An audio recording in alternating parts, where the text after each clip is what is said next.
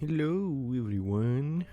Hey, it seems like we're gonna have what the perfect storm was the movie with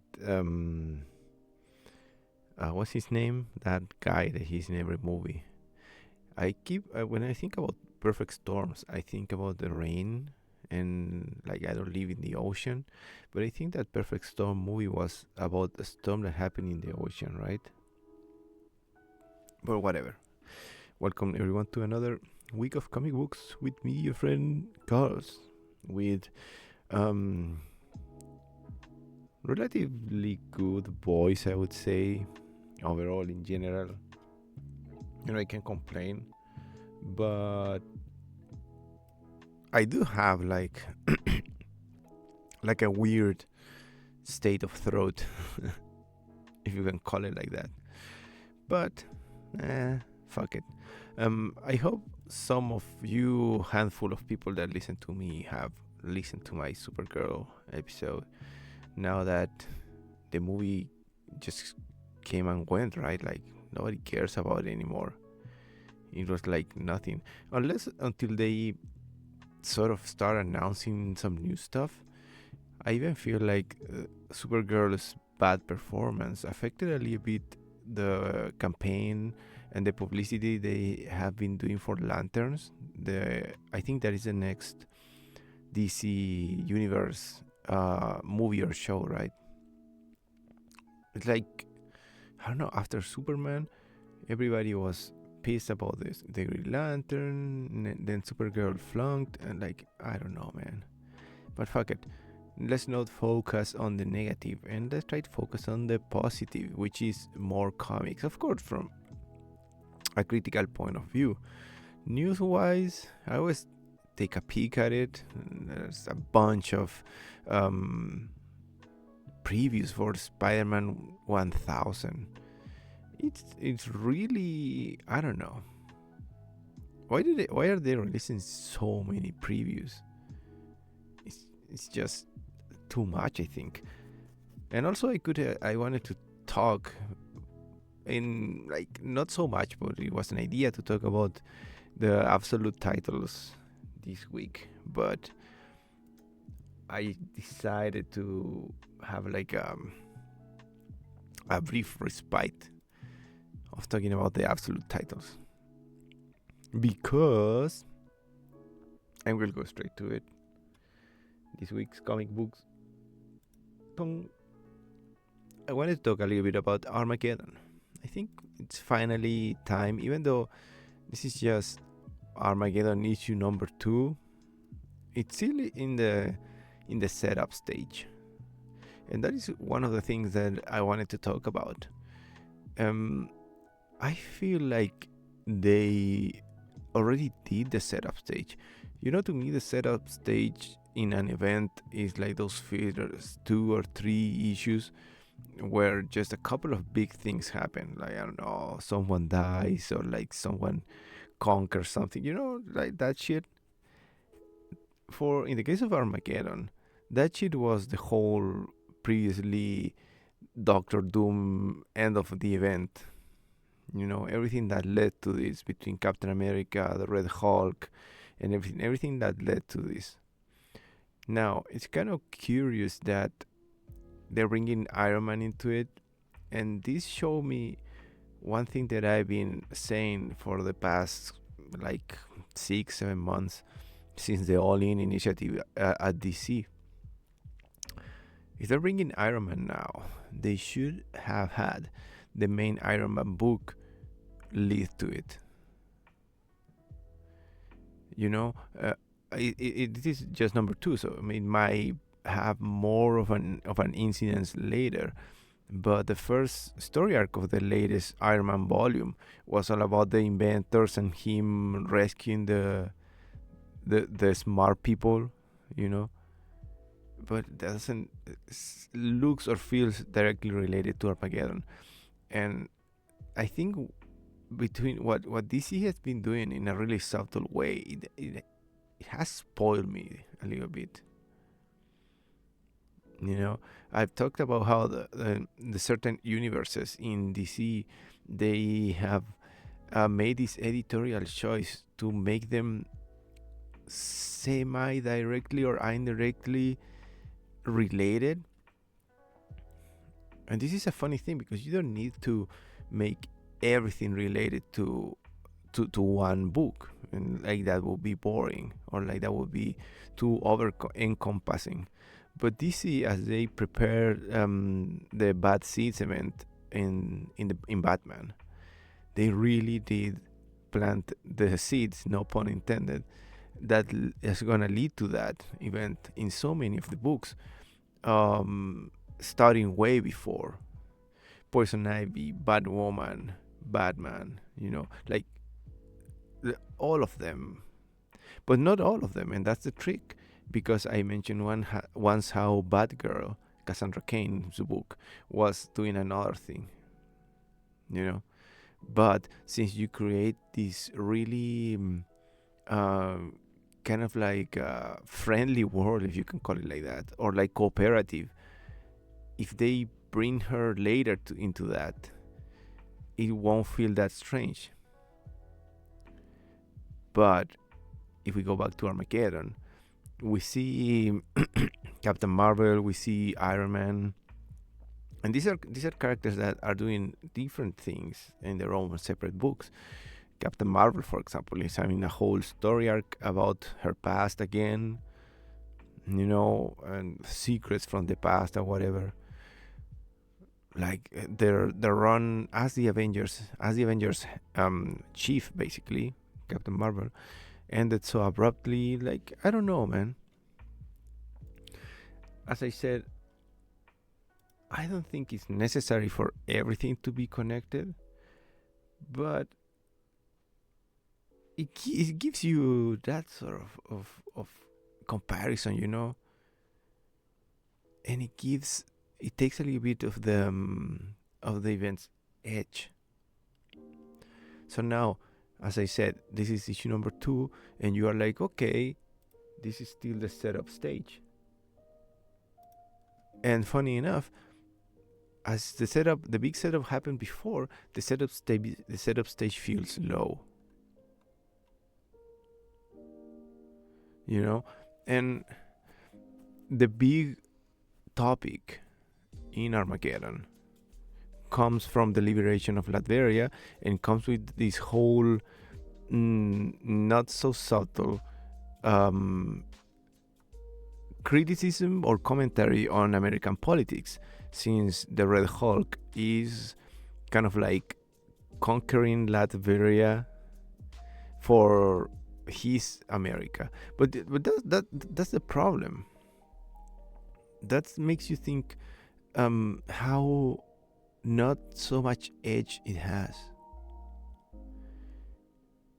It's really strange, because okay, he's gonna conquer Latveria in the name of the US, but what does he do? He gets this vowed, like this, I don't know, like what do you call when someone from a country gets unrecognized by their country? So they start doing shit, and the country goes like, yeah, he doesn't represent us.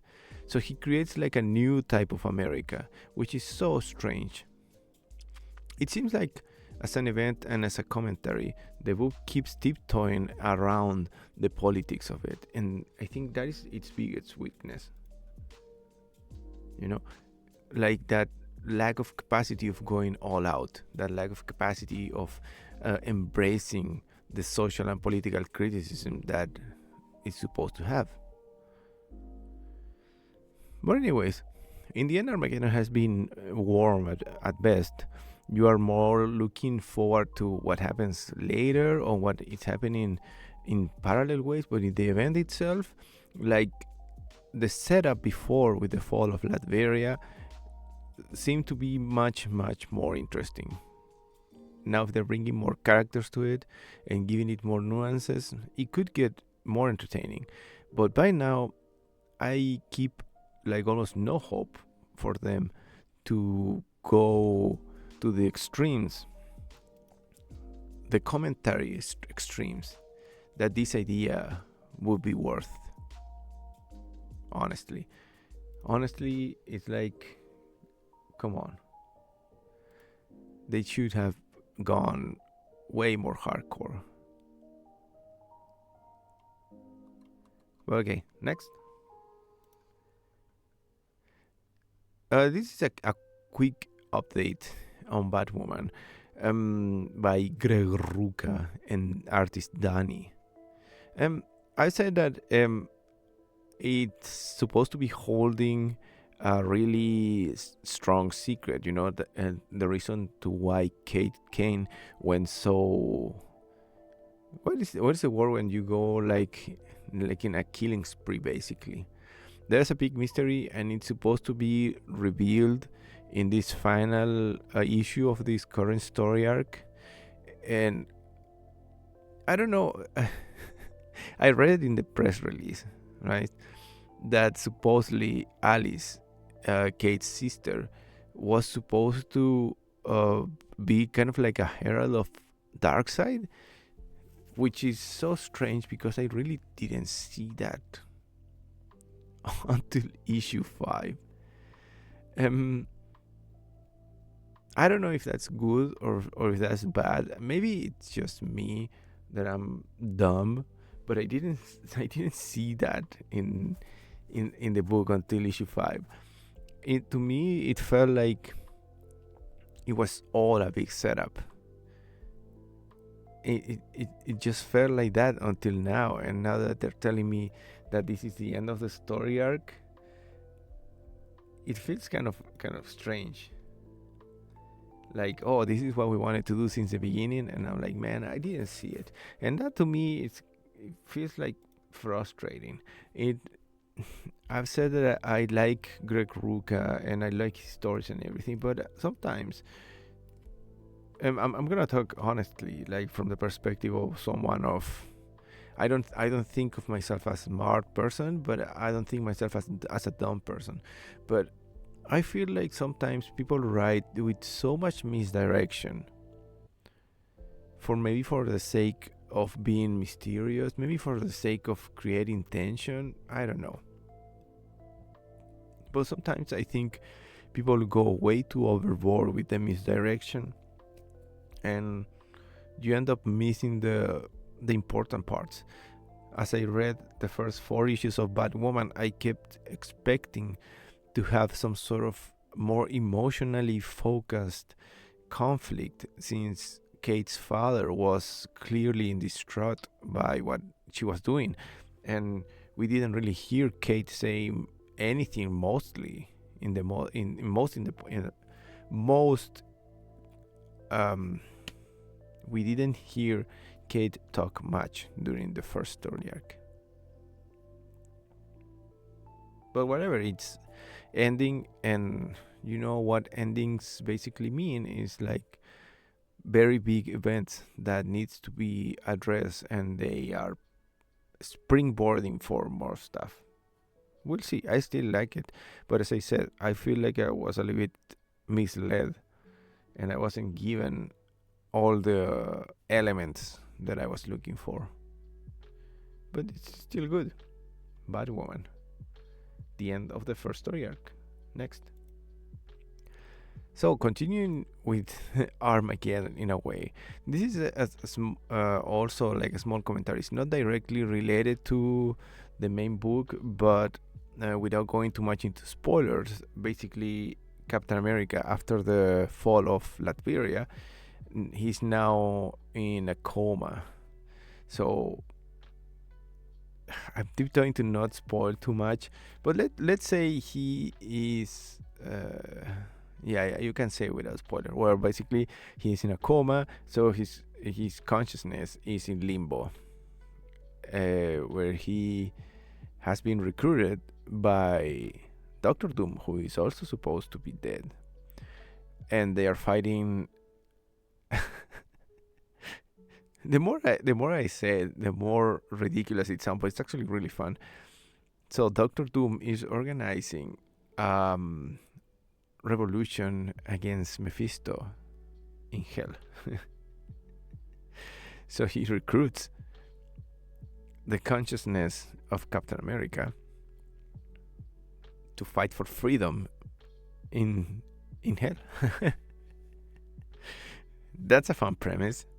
And of course, as you can see in the cover, the big reveal of the past issue was that the one person who can help Mephisto to fight Captain America is none other than her Red Skull, which is a nice throwback. This is the right way, to me, of taking a character's essence, put it through like a new prism or like in a fresh situation, and it really feels funny, it feels creative, and it feels like, it's nothing world breaking for Captain America to fight for freedom again. But I talked a little bit about not only the setup for Armageddon, but the Captain America book itself, and how from a social political stance Captain America was kind of in this gray area. But in the end, it's hard to make Captain America take that next step and like ask for revolution or like go directly against quote unquote America. That is like a really gray area that they have never really fully crossed, and when they did, it turned out to be no, it's not a clone. The bad Captain America is not a clone, it's like a copy made by Cosmic Q, right? But anyways, this is, as I said, the best type of setup you can get.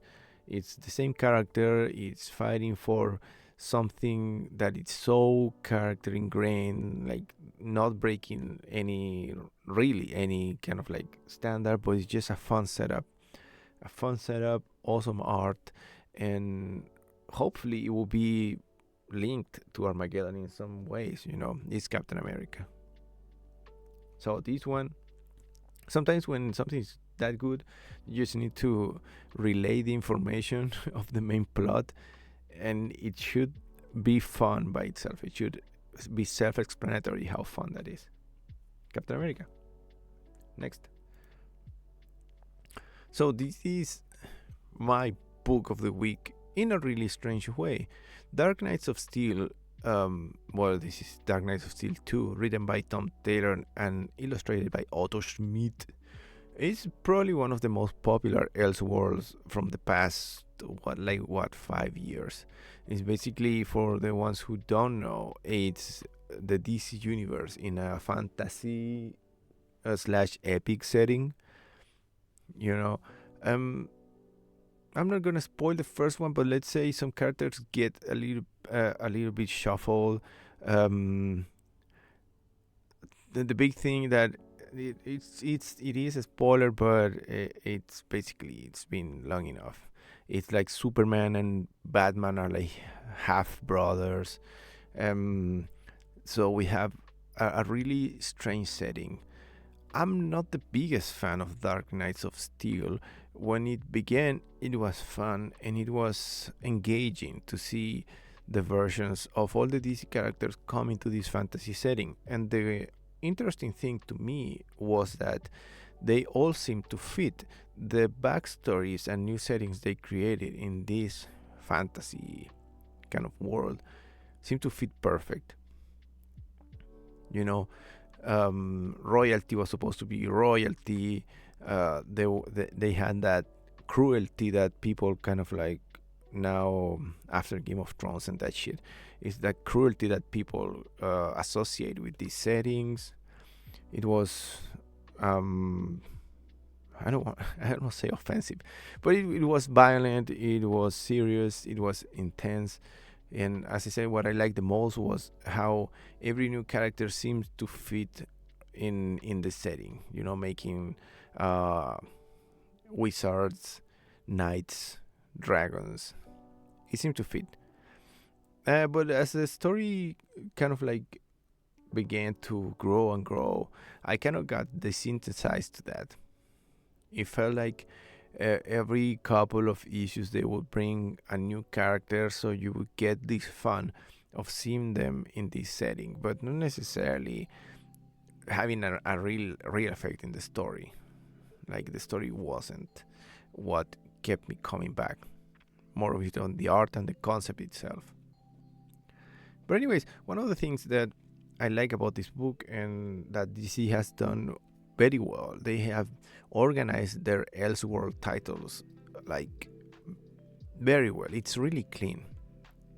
What I mean by this is that, okay, you have Dark Knights of Steel 1, and I'm going to give you Dark Knights of Steel 2, and you can feel a continuity. So even if it's an Elseworld, they don't feel like, like, oh, let's create this random what if moment as they do in Marvel. Like, okay, we're going to get this book, this X-Men doing some random shit.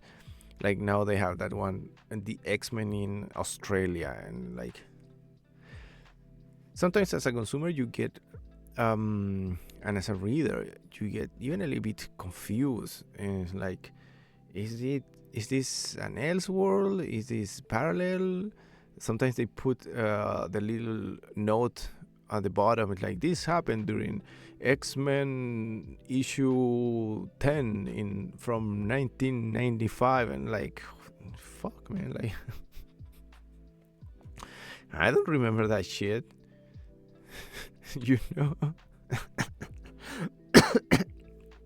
I don't remember that shit. So yeah, DC has much more organization in their Elseworlds. So even if they don't come out strong, even if they don't, let's say, even if they are not there all the time, even if they're not constant, you can always go back to them. It really feels like a friend you haven't seen in a while. It's like, okay, there's some continuity, and that shit it's okay. But at least the art and the concept remains super fun. Next. I said that I was gonna talk about this Destruction Beer lot at some point. I said that I love issue number 1 because I was extremely surprised, and I found it to be really fun how the book turned out to be about robots from the perspective of fucking Abraham Lincoln. Now, the thing that has happened is that I felt a little bit not alienated, but at the beginning I was really enchanted by the fact that it was Abraham Lincoln. But then it kind of like showed that perhaps if you knew a little bit more about Abraham Lincoln, you will understand this book better. And that is something that I don't want to do. Like I don't want to say I don't give a fuck about Abraham Lincoln, but I don't. Like, okay, it's some American guy, he got killed and whatever, and he wanted to free slaves, which is part of the concept, or like the fun thing about him being the one liberating robots. But I want to say that the book took a turn towards something more liberating. The fact that Abraham Lincoln is still there, but it's clearly not necessarily necessary for what they're trying to do with the book.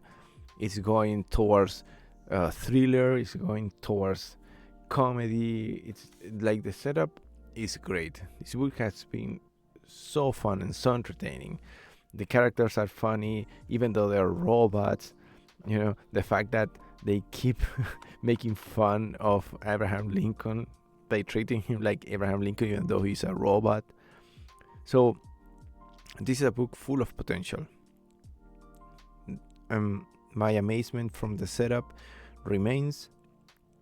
It's extremely clever, because even if you have sci-fi, even if you have comedy, even if you have thrillers, even if you have violence, even if you don't know who Abraham Lincoln is, the mere fact that he is Abraham Lincoln gives this book a blanket of mystery and of commentary that even if you don't know, as I said, it's there. It triggers you. It triggers you to see alongside robots and like I was gonna say like mechas. I don't know if they're mechas, but like mostly robots and cyborgs. And in the middle, there's this Abraham Lincoln. And as I say, even though he's a robot, he just looks like Abraham Lincoln. So this is a great book, already in issue 3. I wanted to do this little update just to mention how little I know about Abraham Lincoln, but how little it matters as a consumer. I'm not saying it wouldn't make the experience better, perhaps it does, but as a consumer who is not an expert in Abraham Lincoln, I'm still enjoying the hell out of it. If Destruction Be Our Lot, issue 3. Next. A little talk about the Infernal Hulk.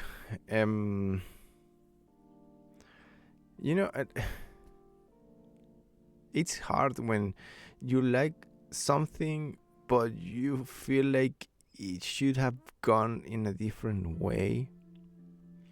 So if we remember, the Infernal Hulk has this setting where this other entity has taken over the Hulk, thus making the Infernal Hulk.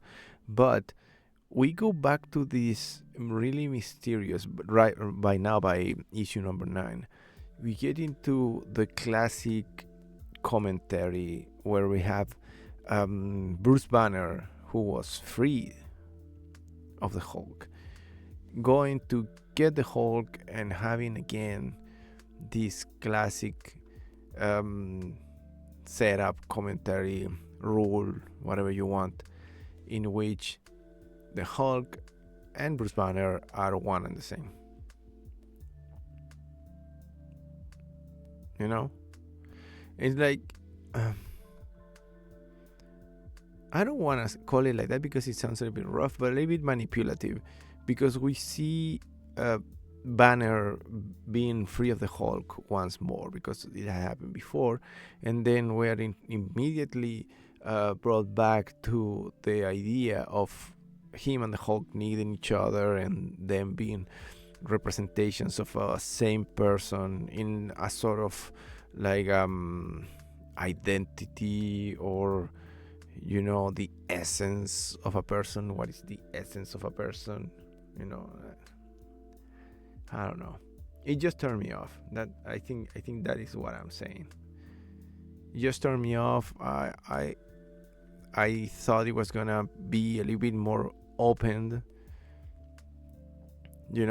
It's like how in DC they killed Alfred, and even though you always have that inkling that might come back, it doesn't happen right away.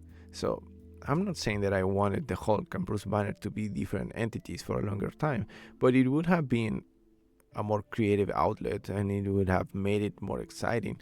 At least that was part of the initial interest of this story arc.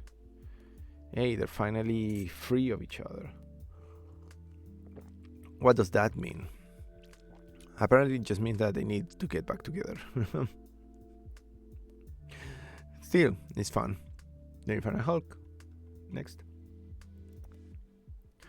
In Sleepy Hollow, The Witches of the Western Wood, the prequel to Tim Burton's Sleepy Hollow, when we focus on the Bat Lady and we're seeing her tragic backstory, I want to say something weird about this book. When I talk about the sequel of Sleepy Hollow that IDW Dark released just this year, I said that it felt strange for the book to be so supernatural. Like Sleepy Hollow, I don't know the book, the original story. I'm mildly familiar with the general story, but the thing I'm the most familiar with is the Tim Burton movie, and these books are based on the universe of the Tim Burton movie. And I insist, if you watch Sleepy Hollow, there's no that much supernatural in it. And you said, oh, but there's a headless rider going around. How can it not be supernatural? And that is the main thing about it. the spice of it. Like horror and nightmares. They just being there without explanation.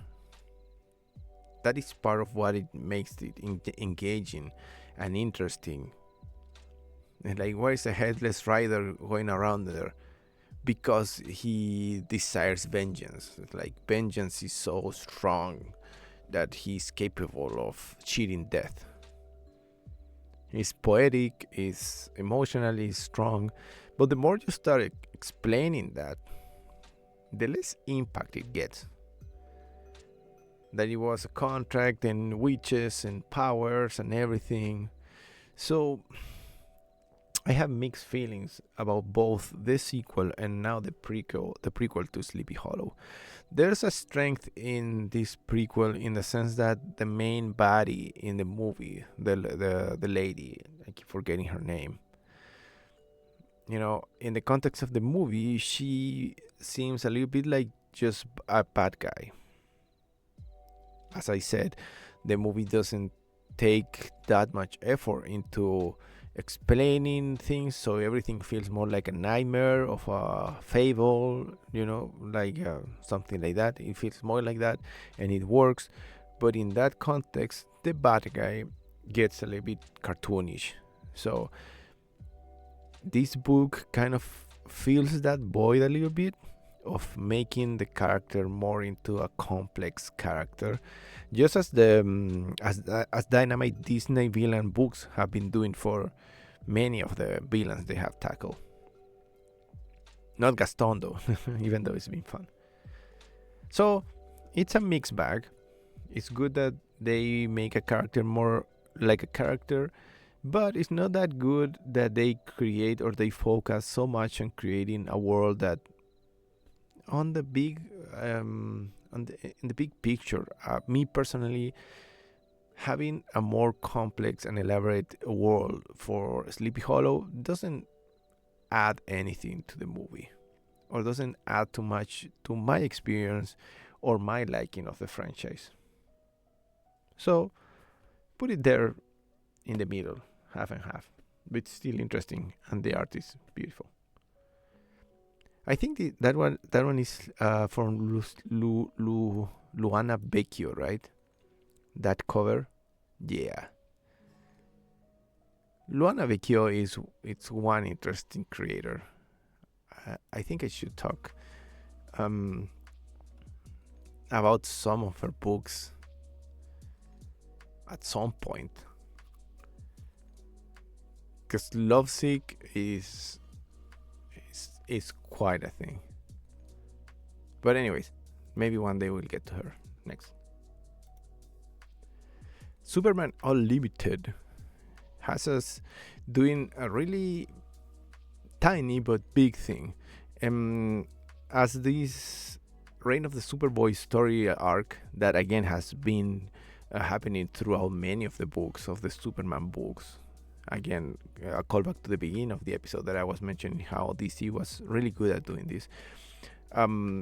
One of the things they did was bring back Superboy as a kid to the past, right? Because there was the part of John Kent's childhood when he left with Jor-El. They left for that adventure, and then he came back as a young adult.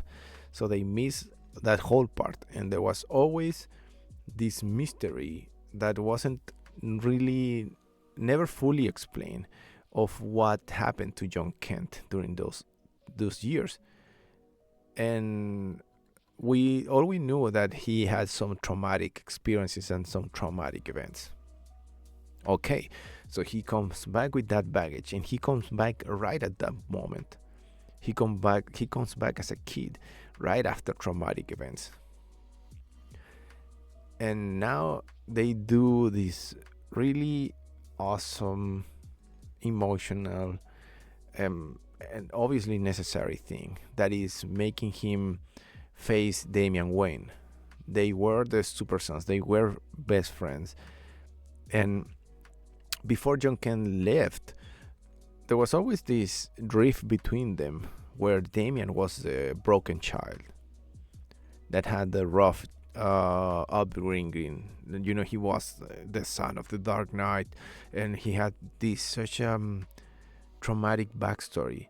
And John would always be there with a smile, going like, "Oh yeah, well, like, you know, life can be good if we want it to be, yeah."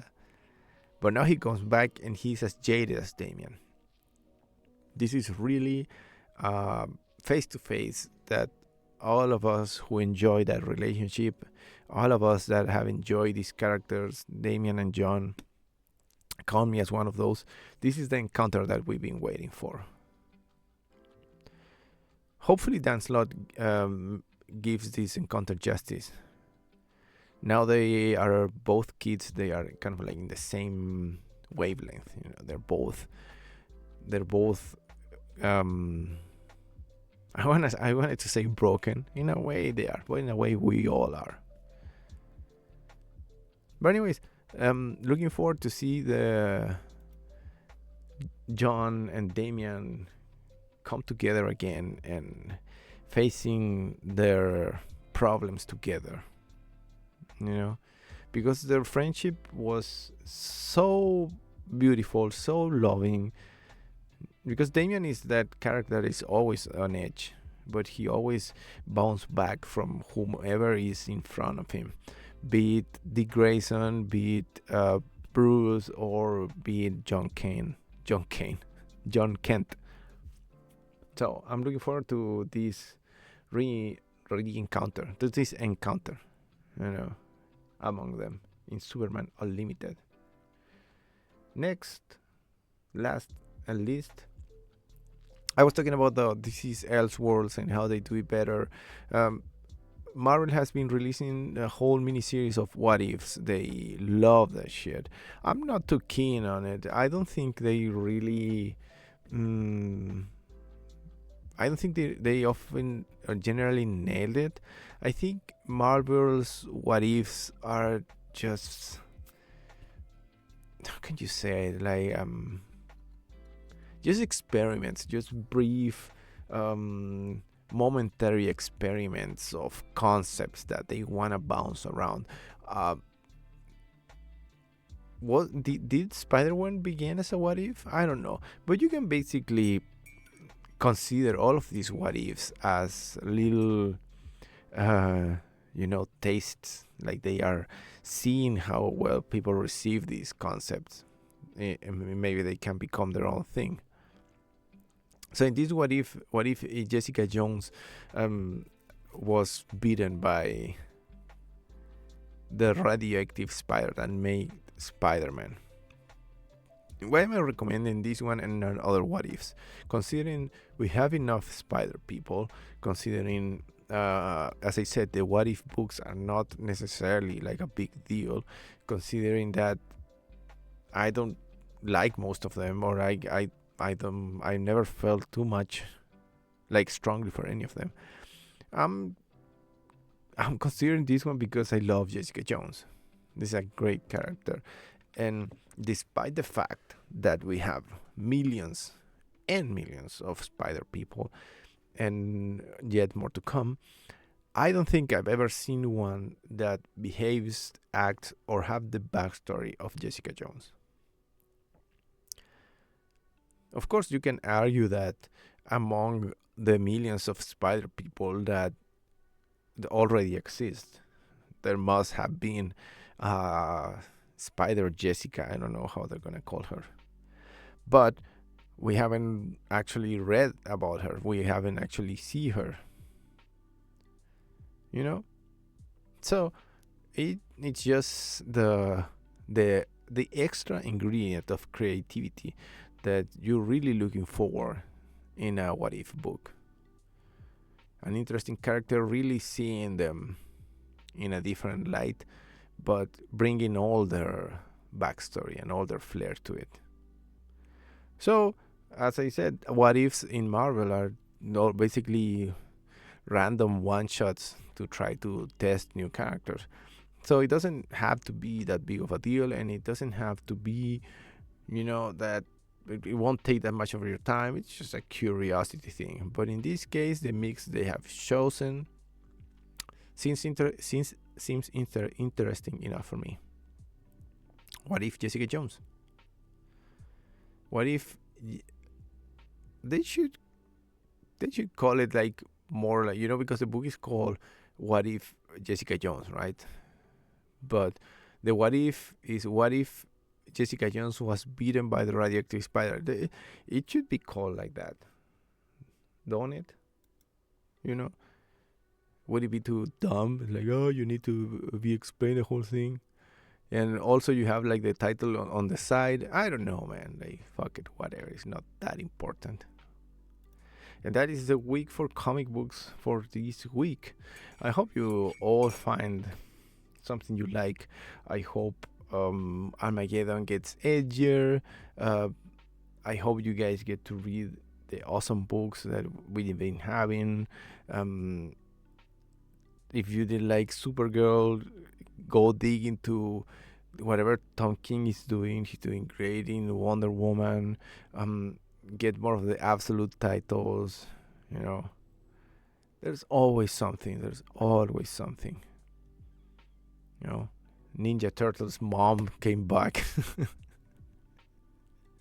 Like, what the hell is that, man? The mom from the past and she's dead. I don't know, man. There's always something for everybody, and I hope you find yours.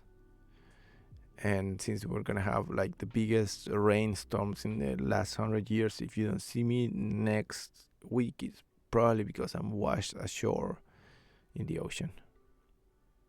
But if not, we'll see you next week. Thank you for listening. Bye bye.